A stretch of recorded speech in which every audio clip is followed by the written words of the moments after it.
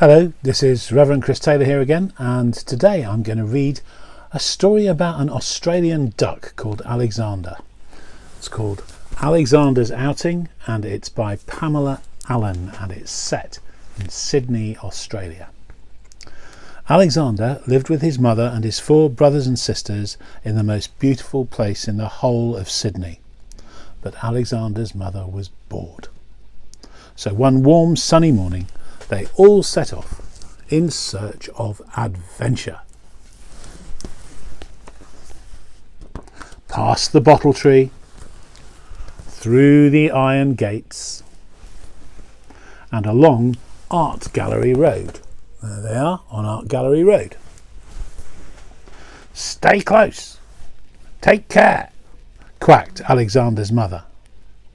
But Alexander did not stay close. And Alexander did not take care.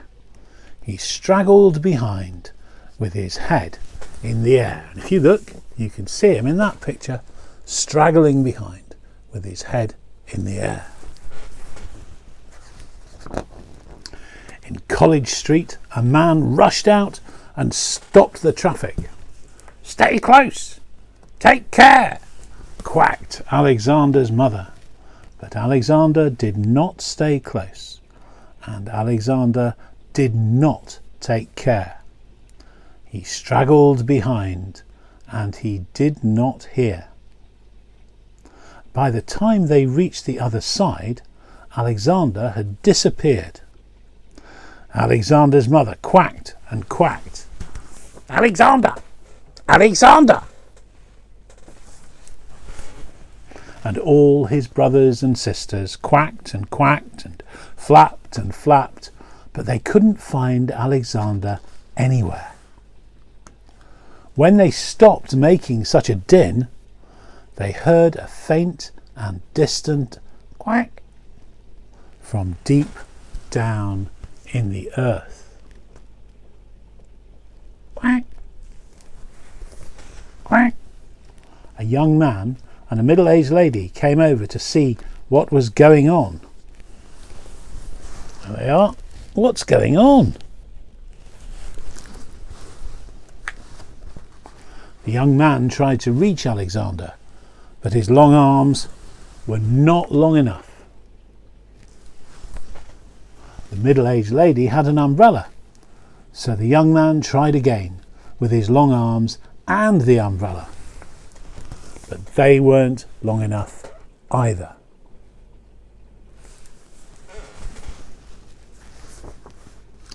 A young couple picnicking in Hyde Park heard all the commotion, packed up their basket and came over to see what the fuss was about. There they are in the park. They want to go and find out what the fuss was about.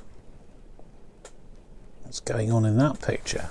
Well, "How are we going to get him out?" the middle-aged lady asked.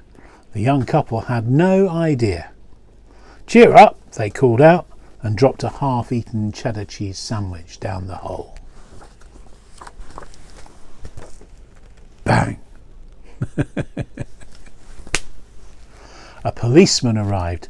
He knew exactly what to do. He lowered his whistle down the hole on the end of a long piece of string. "Here," he shouted, "grab hold of this." Can you see in the background? The ducks are all going quack, quack, quack, quack, quack, quack. "Alexander, Alexander, quack." Encouraging, I think. But Alexander did not grab hold. Alexander did not hear.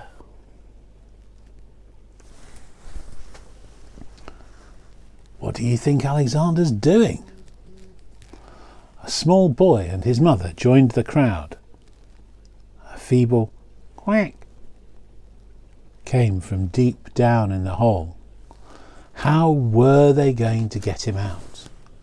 Then, before anyone could stop him, the small boy tipped his drink down the hole. "Yeah, now you've gone and drowned the poor little blighter," shouted the young man with the long arms.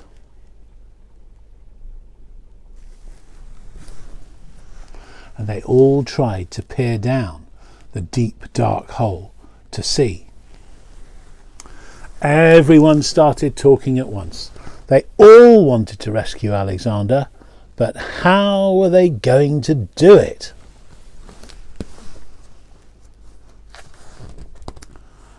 From their basket, the young picnickers handed out 2 cups, 2 plastic bags, 1 lunchbox and 1 thermos flask, and the small boy still held his empty drink can.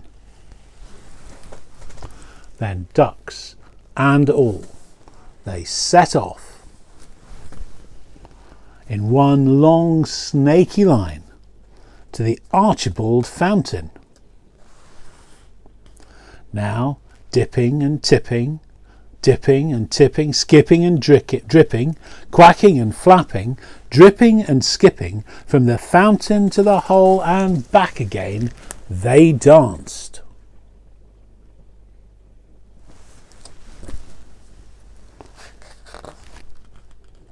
Slowly, the water rose. And up, and up, and up, until out popped Alexander like the cork from a bottle. His mother flapped and flapped and quacked, and all his brothers and sisters flapped and flapped and quacked. Such joyful quacking, such happy flapping.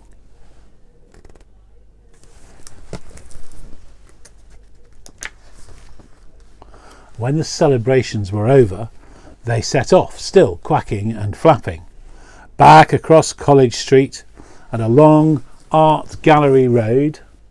Do you think Alexander's learnt his lesson? Through the iron gates and past the bottle tree.